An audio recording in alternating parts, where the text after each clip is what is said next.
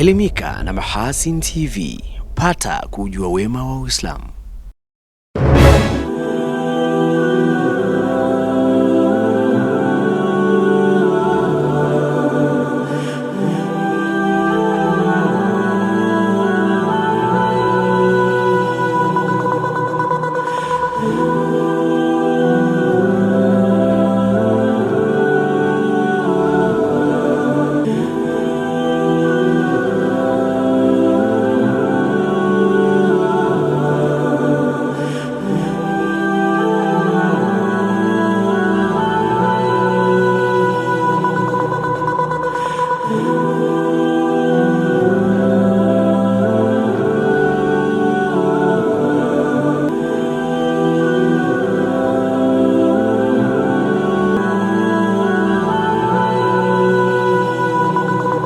Naam, assalamu alaikum wa rahmatullahi wa barakatuh, mtazamaji wa Mahasin TV.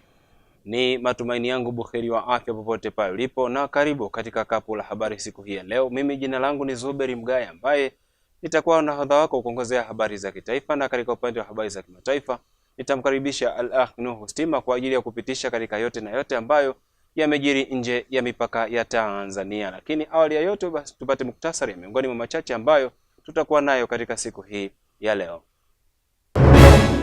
Waumini wa dini ya Kiislamu wa wilaya za Nzega na Igunga mkoani Tabora wakabidhiwa misikiti mitatu na taasisi Al-Tijara Al-Rabiha, wakisisitizwa kufanya ibada.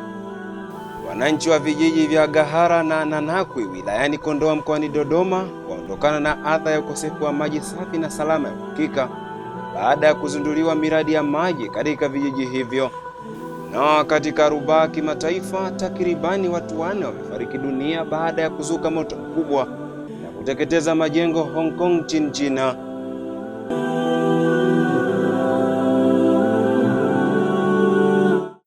Naam, mtazamaji, kabla ya kuanza safari ya kapu la habari, ni kukumbushe pia unaweza kufuatilia matangazo haya kapu la habari kupitia katika mtandao wa YouTube. Endapo ukiandika Mahasin TV official channel utavinjari huko kapu la habari pamoja na vipindi mbalimbali. Tuanze safari ya kapu la habari tukianzia hapa jijini Mwanza, ambako taasisi ya Al-Wadudu Charitable Group imeondolea adha ya kufuata nyumba ya ibada kwa umbali mrefu waumini wa dini ya Kiislamu wanaoishi katika kijiji cha Nyambera wilaya Misungwi mkoani Mwanza baada ya kuzindua msikiti na kisima cha maji, hali inayopelekea wepesi katika utekelezaji wa ibada zao. Al-Akh Nuhu Stima anakuja na masimulizi ya taarifa hii. Akizungumza na Mahasin TV mara baada ya kuzindua msikiti huo, mwenyekiti wa Al-Wadudu Charitable Group Sheikh Abdul Qadir Al-Jahdami amesema ni wajibu wa kila Muislamu kuhakikisha anaweka mbele maslahi ya Uislamu. Kwa kweli leo tumekuja kwa uzinduzi wa msikiti huu, na kama alivyotuuliza swali kwamba ni msikiti wa kwanza katika eneo hili na hii ni adhana ya kwanza ya kuadhiniwa katika sehemu hii. Hili ni jambo ambalo adhimu sana kwetu sisi, lakini vile vile ni msiba mkubwa sana kwa Uislamu. Leo tuko katika karne 1400 na kitu katika tarikhi ya Kiislamu, ikawa tuko katika mkoa kama huu mkubwa wa Mwanza na pakawa hapana msikiti na Waislamu wamejaa. Hii kwamba inaonyesha kwamba tunabidi Waislamu tufanye juhudi kubwa kupeleka Waislamu mbele. Aidha, Sheikh Abdul Qadir Al-Jahdami amesema suala la maadili ni muhimu kuzingatiwa kupitia elimu ya dini ya Kiislamu ili kuwa na jamii yenye muamko na maadili mema. Msikiti ni sehemu ya kusanyiko wa Waislamu na ni sehemu ambayo ya mafunzo kwa Waislamu, kwa wazee na kwa vijana, na elimu ni faridha la kullu muslim ala almuslima. Hakika elimu ni faridha kwa Muislamu wa kike na Muislamu wa kiume. Sasa kukosekana kwa misikiti, maadili ya Kiislamu yanapotea sana. Mfano tukisema kama hapa tunasema huu ndio msikiti wa kwanza kujengwa na hii ni adhana ya kwanza, tuchukue Waislamu kwenye qaria hii walikuwa naishi namna gani? Ina maana kulikuwa kuna mshikila mkubwa au kuna tatizo kubwa katika maadili ya Kiislamu.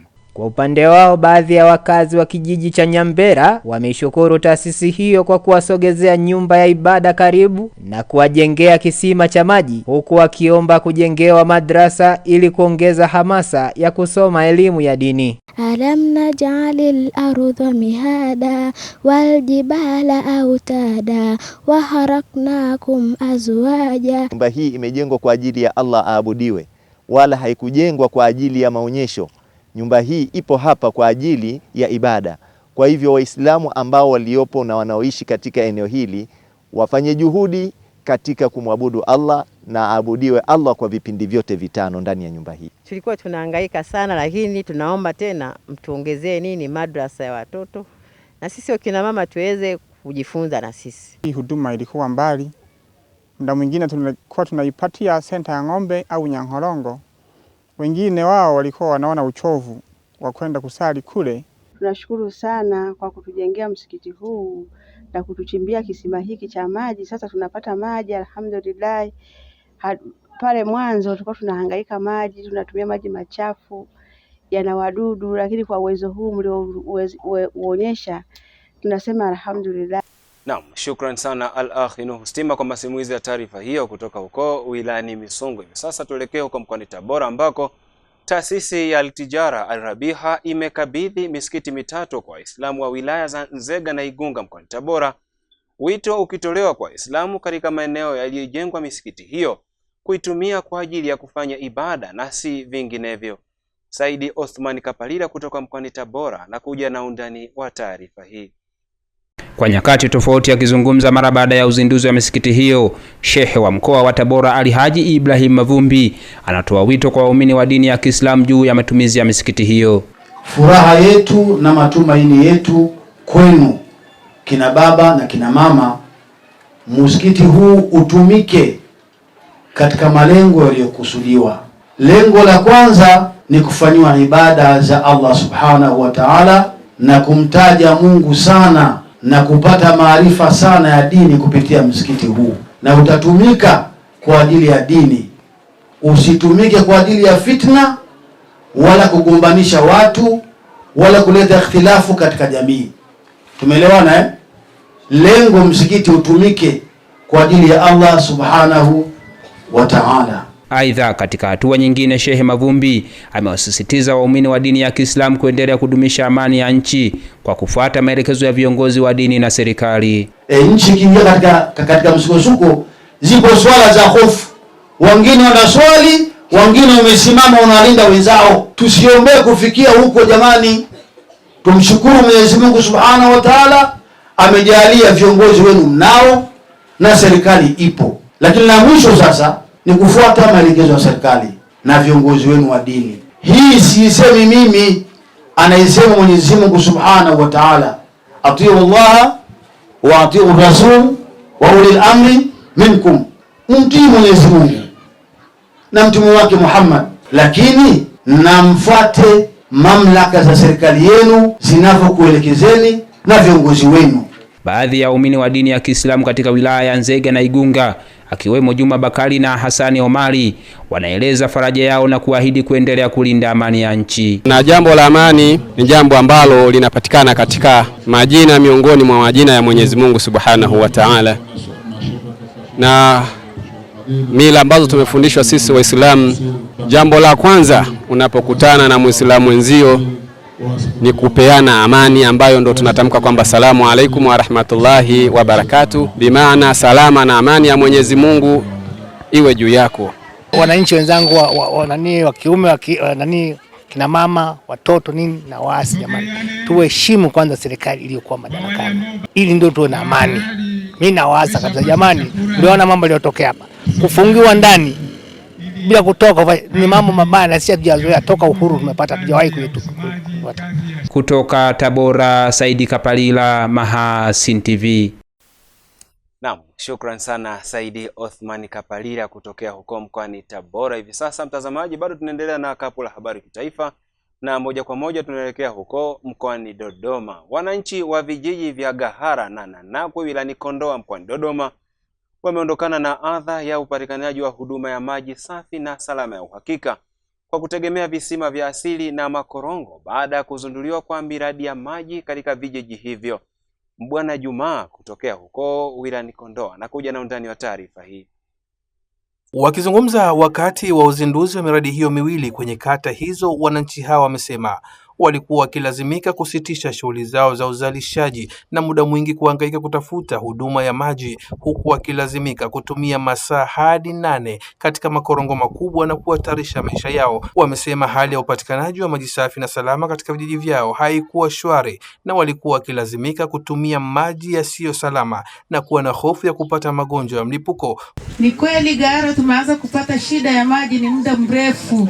Tunatoka hapa, mama amebeba mtoto mgongoni, huku ana beseni kichwani la nguo za kufua pamoja na punda, anaenda paka Sawi ambaye ni mto Bubu. Katika maeneo magumu ndani ya kata ya Sawi, eneo mojawapo ngumu ilikuwa ni Gahara. Tumewahi kuchimba maji mara 3, hatukufanikiwa kupata maji, lakini kupitia wadau wetu hawa maji yamepatikana.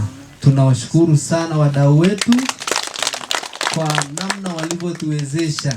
Shida hii au adha hii ya maji tangu sisi tunazaliwa tunaikuta, ila kwa kudura za Mwenyezi Mungu tunamshukuru ndugu yetu Saidi Mneke kutuletea mradi huu au kututafutia wafadhili hawa kutusaidia sisi wa mama pamoja na jamii kwa ujumla. Endelea kuwa na mioyo na hasa kijana wetu Saidi, Mwenyezi Mungu amzidishie kuwa mwaminifu, kuwa mwadilifu, kwa sababu hii ni miradi ya pesa. Kule kuweza kutunza pesa, kuzisimamia zikafanya kazi, ni wachache wanaweza kazi kama hii. Baada ya muda huo wa mateso sasa kwa wananchi wa vijiji hivyo, wadau kutoka taasisi ya Turki Diyanet Foundation ya nchini Uturuki na taasisi ya Udugu Foundation toka nchini Tanzania chini ya msimamizi wake Sheikh Said Omar Mnyeke wanakabidhi miradi miwili yenye thamani ya zaidi ya milioni 120 na kuwataka wananchi hao kuhakikisha wanaitunza miradi hiyo. Tuna mahusiano mazuri na makubwa kabisa tunayojenga baina yao na sisi. Na kwa uzuri ni kwamba maeneo karibu haya yote tumeshachimba maji. Pale Iresi kuna maji, Isongolo kuna maji, pale Maroli kuna maji, pale kote kuna maji. Kwa hiyo tungesema watu wengi wangekuja kuchota maji hapa ingekuwa hayatoshi, lakini bado mtabaki ni nyinyi. Baada ya miaka 5 kama kuna tatizo linahitaji fedha, tunawaandikia wenyewe. Visima hivi ni vya kudumu, haviwezi kuacha kufanya kazi kwa sababu wanaojitolea ni Waislamu, wanataka sadaqatul jariya. Sawa? Kwa hivyo hawakuja kujaribu ili kifanye kazi miezi 2, 3 au miezi 6. Sisi tunakuja kuondosha tatizo la maji mpaka tuhakikisha kwamba hili tatizo sasa limebaki kuwa ni historia. Leo tumekuja kuwakabidhi mradi huu kama ambavyo umeombwa na nyie ndugu zetu, na tunakabidhi wadhifa huu mikononi mwenu, na sisi rasmi sasa tunajivua. Wadhifa wenu ni kuhakikisha kwamba mnautunza mradi huu ili uweze kuwa endelevu na wenye manufaa kwa vizazi vijavyo, kwa kuwa kubwa zaidi ni kupata malipo toka kwa Allah Subhanahu wa Ta'ala. Nikiripoti toka wilayani Kondoa mkoani Dodoma, jina langu naitwa Mbwana Jumaa. Naam, shukrani sana Al-Akh Mbwana Jumaa kwa undani wa taarifa hiyo. Mtazamaji, tuelekee huko visiwani Zanzibar ambako mkuu wa mkoa wa Kusini Unguja Bi Hamida Musa Hamis amezitaka kamati za usalama za wilaya kwa kushirikiana na kamati ya mkoa kuimarisha ulinzi katika maeneo yote ya ukanda wa bahari ili kuhakikisha wananchi wanafuata taratibu zilizowekwa za kuingia na kutoka nchini kupitia bandari rasmi. Hilali Sefuriami anakuja na undani wa taarifa hii. Ameeleza hayo katika kikao cha pamoja baina ya kamati za ulinzi na usalama za mkoa na wilaya pamoja na kamati ya ulinzi na usalama ya bandari ya Zanzibar na mamlaka ya usafirishaji baharini Zanzibar ZMA. Bi Hamida amesema uwepo wa bandari bubu nyingi na maeneo yasiyo rasmi katika mkoa wa Kusini kunachangia shughuli nyingi za kihalifu.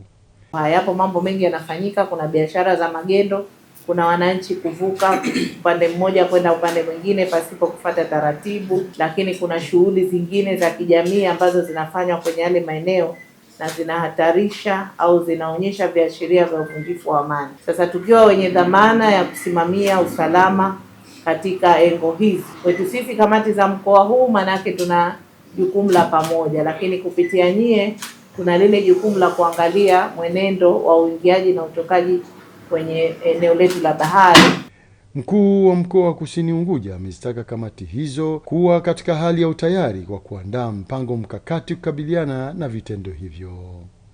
Yawezekana sisi kwa humu ndani tukajiona tuko salama, lakini kuna kuingia na kutoka. Wapo ambao wanaingia katika hali ya kawaida, wapo wanaingia kama wavuvi, wapo wanaingia kama wanaleta tu mizigo yao mingine. Kwa hiyo kuna mambo mengi ambayo tunatakiwa tukae pamoja, tuyajadili na tuyachukulie hatua kwa pamoja. Inakuwaje mtu anapitisha pumba za chakula cha kutoka nje ya Zanzibar na hazilipiwi pesa nyingi? Ana hofu gani ya kushushia bandarini aje ashushie ukuuzi au ashushie hapo Bungi? Lazima kutakuwa kuna vitu vingine pengine anaficha. Kwa hiyo haya yote tunatakiwa tushirikiane sisi kamati za usalama, lakini pia na taasisi nyingine ambazo zinahusika kwa namna moja au nyingine.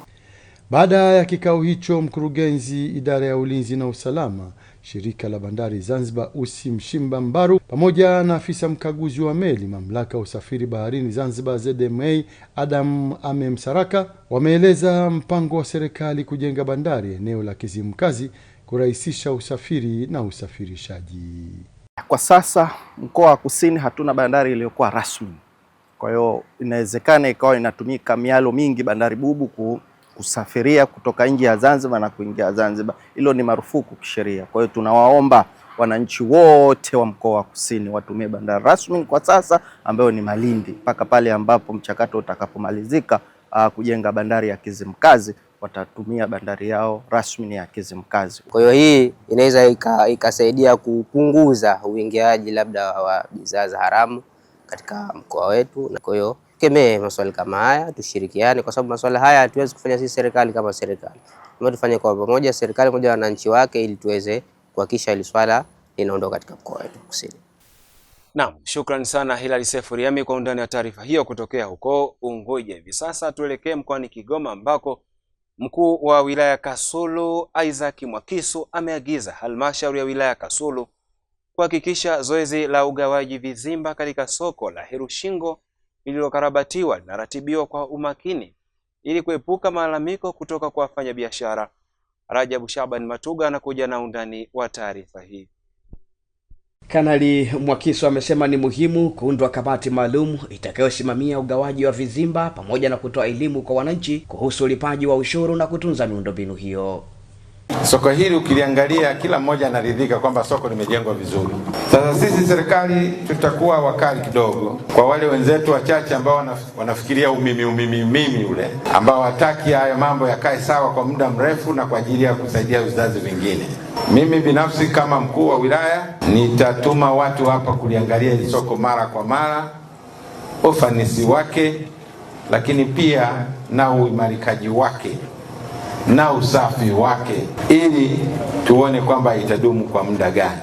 Aidha, ameelekeza halmashauri kuhakikisha eneo la soko linapimwa na kupatiwa hati ili kuondoa uwezekano wa migogoro ya ardhi. Ukarabati wa soko hilo umefadhiliwa na Umoja wa Ulaya kupitia mradi wa juhudi shirikishi za mpakani kwa ajili ya kuimarisha ustahimilivu wa watu waliohamishwa kwa lazima Tanzania na Burundi.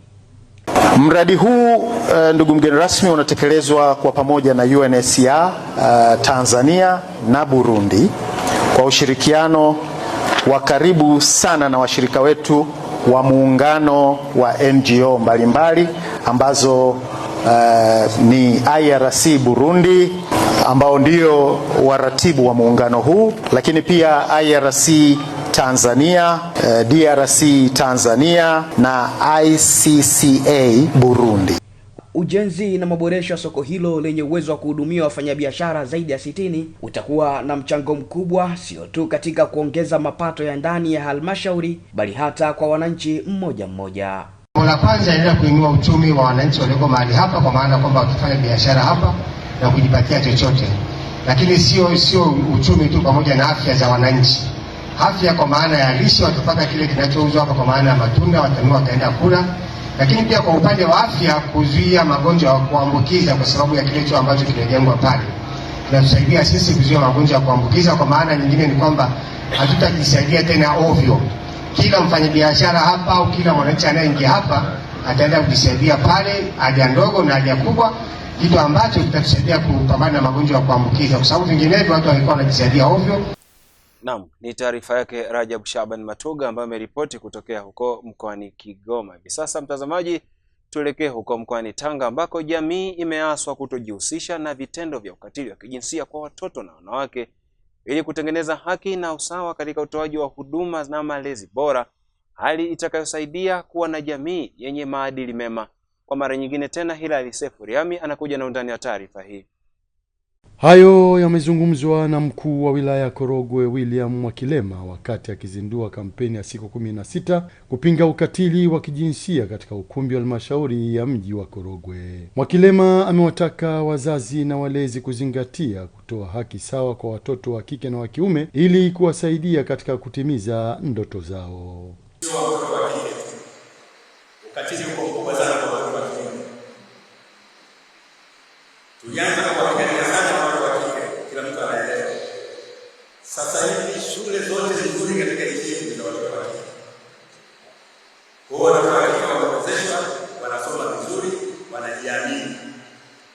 Watoto wa kiume wanaacha wapi? Nyie ambao wengine ni wazazi kama mimi, wengine tunawajukuu.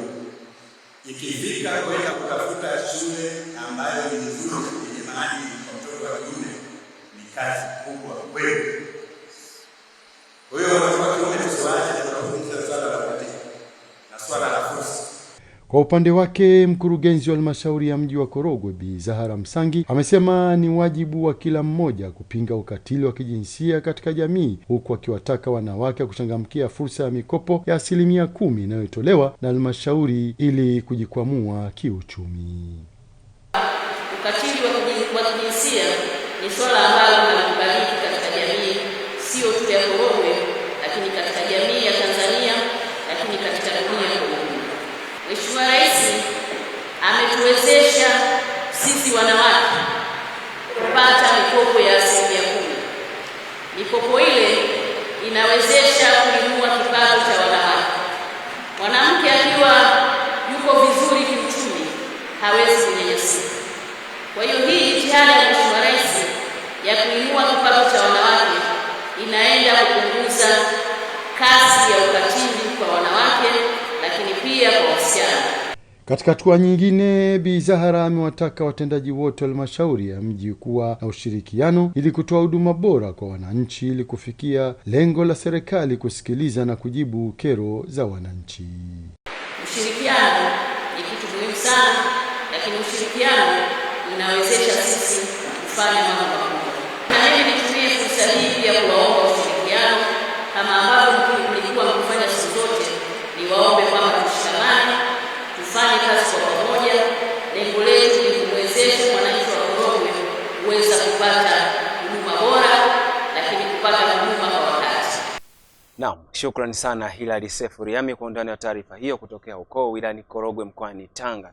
Kwa taarifa hiyo inatufanya kufika tamati ya kapu la habari kwa upande wa habari za kitaifa. Hivi sasa tunapata wasa wa kupoza koo kwa sekunde chache, na tukirejea ni ule muda mzuri sasa kuzifahamu zile taarifa ambazo zimejiri nje ya mipaka ya Tanzania. Nikusihi tu mtazamaji, endelea kusalia papo hapo katika runinga yako kufuatilia kapu la habari.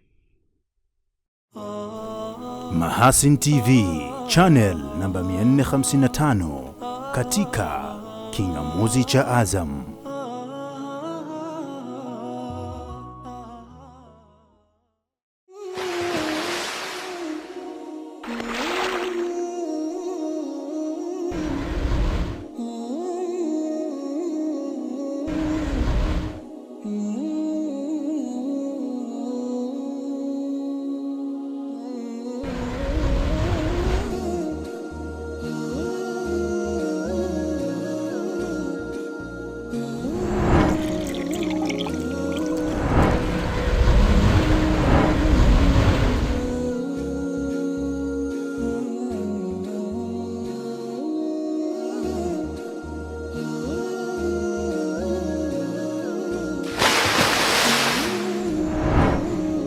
Kunywa maji safi na salama ya uhai.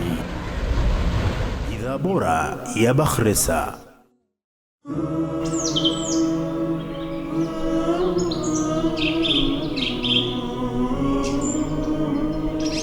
Mahasin TV, pata kujua wema wa Uislamu.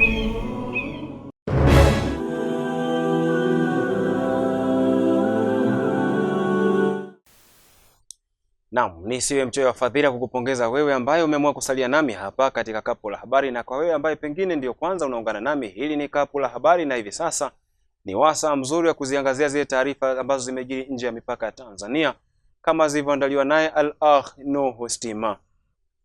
Mtazamaji wa Mahasin TV, karibu kwa upande wa habari za kimataifa. Umoja wa Mataifa umekaribisha kwa tahadhari tangazo la kibinadamu la kusitisha mapigano lililotolewa Novemba 25, 2025 na wanamgambo wa kikosi cha msaada wa haraka RSF, ukisema kuwa linawakilisha kupiga hatua, lakini linahitaji kuidhinishwa kupitia hatua ya matamshi. Msemaji wa Umoja wa Mataifa Stefan Dujarric amesema kuwa tangazo hilo la usitishaji vita wa kibinadamu kwa muda wa miezi mitatu lililotolewa na kikosi cha RSF ni hatua moja kuelekea katika mwelekeo sahihi, na kuongeza kuwa la muhimu ni kuthibitisha nia njema kwamba usitishaji vita huo ni lazima walinde raia na uruhusu kuingizwa misaada ya kibinadamu kwa kiasi kikubwa na kuruhusu Umoja Mataifa kufanya shughuli zake kwa uhuru. Novemba 24, 2025, Mohamed Hamdan Dagalo, kamanda wa wanamgambo wa RSF, alisema kuwa wapiganaji wake wamekubali kusitisha mapigano ya ndani haraka iwezekanavyo kwa muda wa miezi mitatu kwa sababu za kibinadamu, ambapo kunajumuisha kusitishwa uhasama, huku hayo yakisemwa siku moja baada ya mkuu wa baraza la mpito la Sudan Abdel Fattah al-Burhan kukataa pendekezo la Marekani kwa ajili ya kusitisha mapigano, uamuzi ambao serikali ya Marekani umeutaja kuwa usitishaji wa mapigano huo kwa upande mmoja ni ujanja wa wazi wa kisiasa. Hata hivyo, awali mkuu wa baraza la utawala wa mpito nchini Sudan Abdel Fattah al-Burhan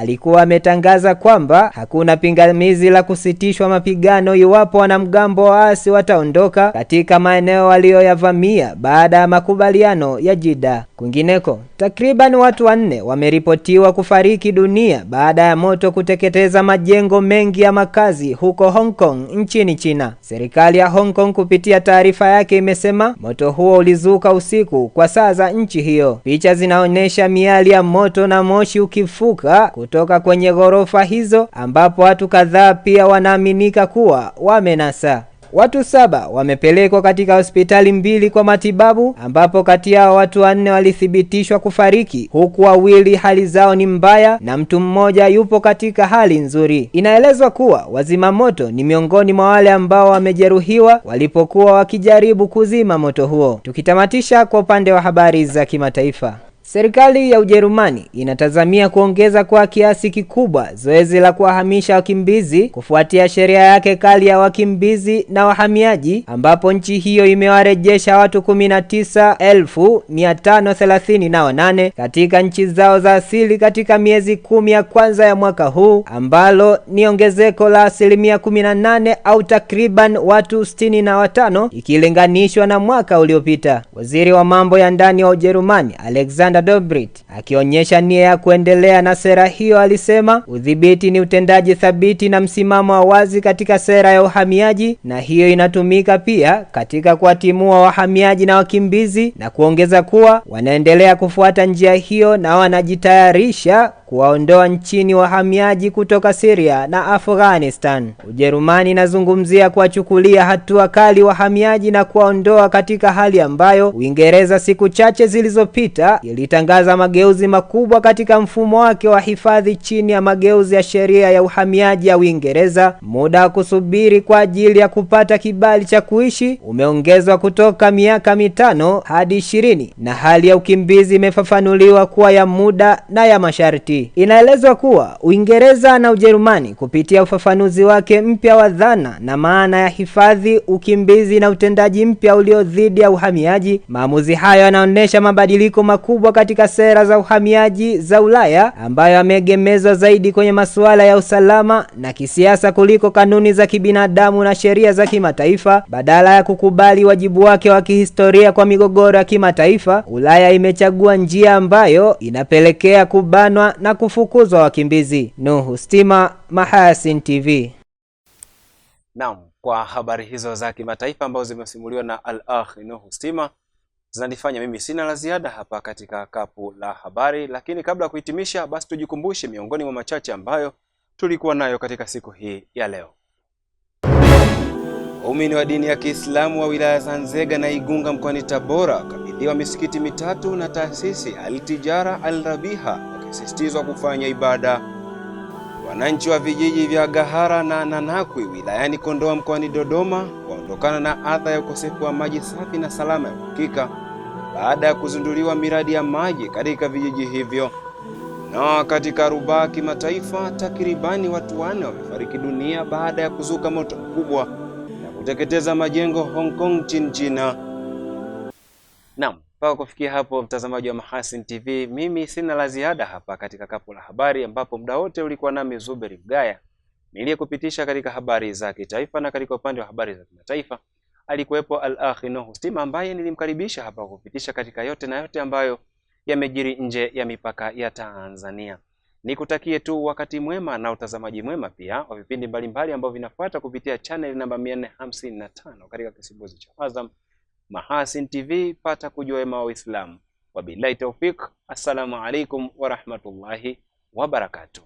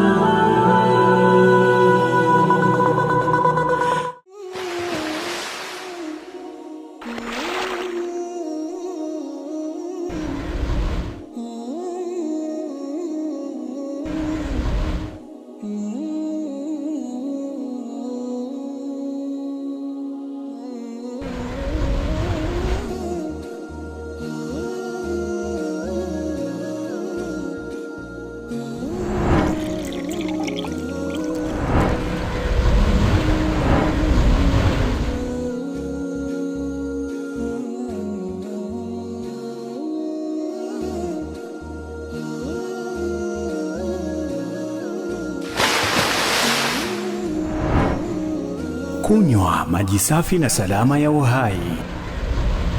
Bidhaa bora ya Bakhresa.